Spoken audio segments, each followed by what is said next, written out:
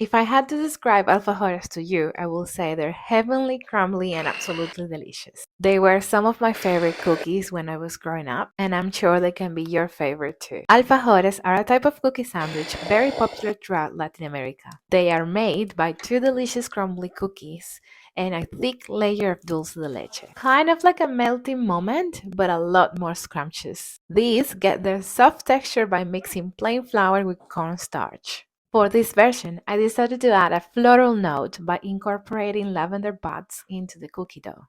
Like any other shortbread cookie, you have to make sure you don't overwork the dough, and they only need to cook for around 9 to 10 minutes. For the dulce de leche layer, you can use a store-bought jar or make your own boiling some sweetened condensed milk.